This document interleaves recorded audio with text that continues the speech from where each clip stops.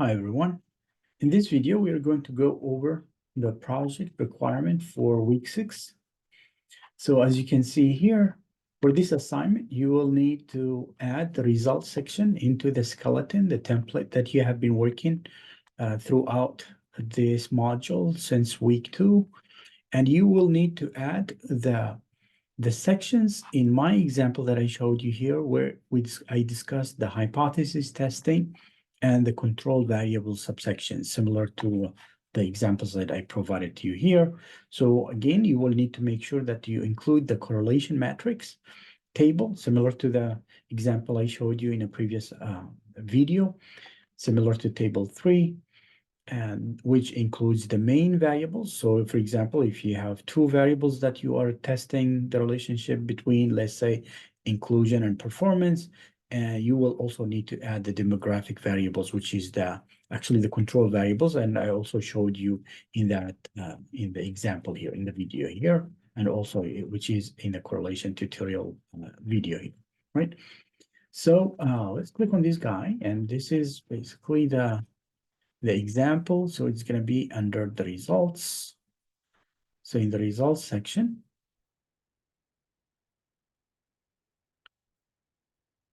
so the hypothesis testing, right? So if you look at the results section here,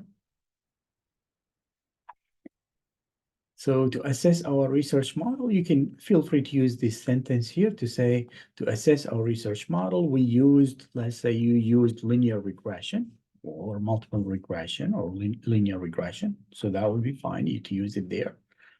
And then you can go to the hypothesis testing, which is this section here.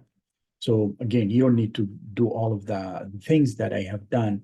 This is beyond the scope of this class. This is more for a PhD class, or so don't worry about that. It's just exactly what I asked you to do, which is basically 5.3 hypothesis testing.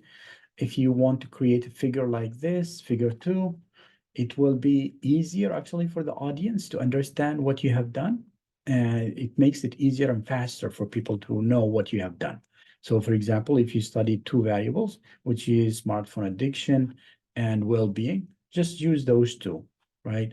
And then you can report the beta coefficient, which is in the example I showed you, for example, between inclusion and performance, the beta coefficient is this one, which is the B equals, it's going to be that number I showed you in the Excel sheet, this guy.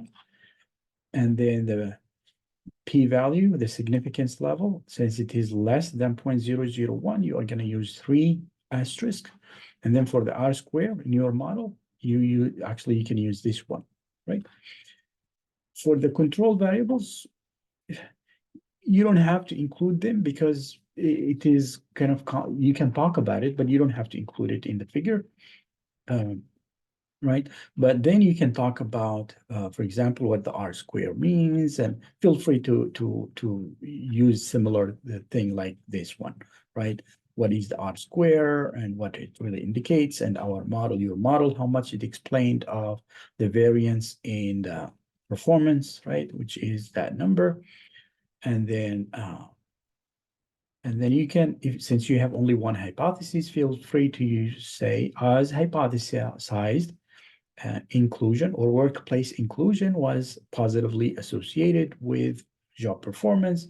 Beta equals the positive 0.34 and p-value less than 0.001, supporting hypothesis 1. That's enough, right? If you have only one hypothesis. And then you can move on to the next requirement, which is the control variables. Now, in the control variables, you will need to mention what control variables you have included into your model, right? And why you included them to rule out any alternative explanations of your main hypotheses, right? So then you can report out of the whatever number of control variables you have used, how many variables were significant. In your case here, in this example, age and gender were significant. So age, so which you will need to explain. If, for example, you didn't find significance in your relationship, then you still can report it here, I mean, the main variable, and explain later on in the discussion why it was not significant, but still, if it is not significant, just say it's not significant here, right?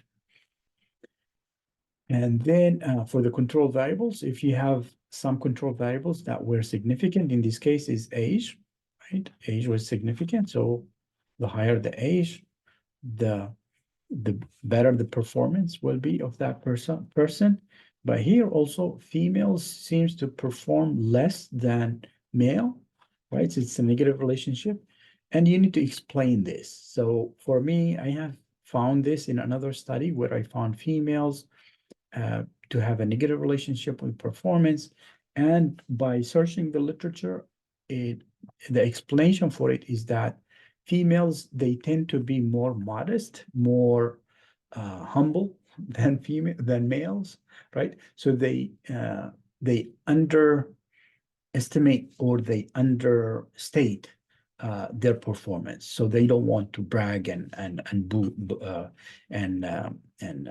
be arrogant about it. And so in other words, they are more humble and they don't report the correct level of performance. So that might be one explanation for it.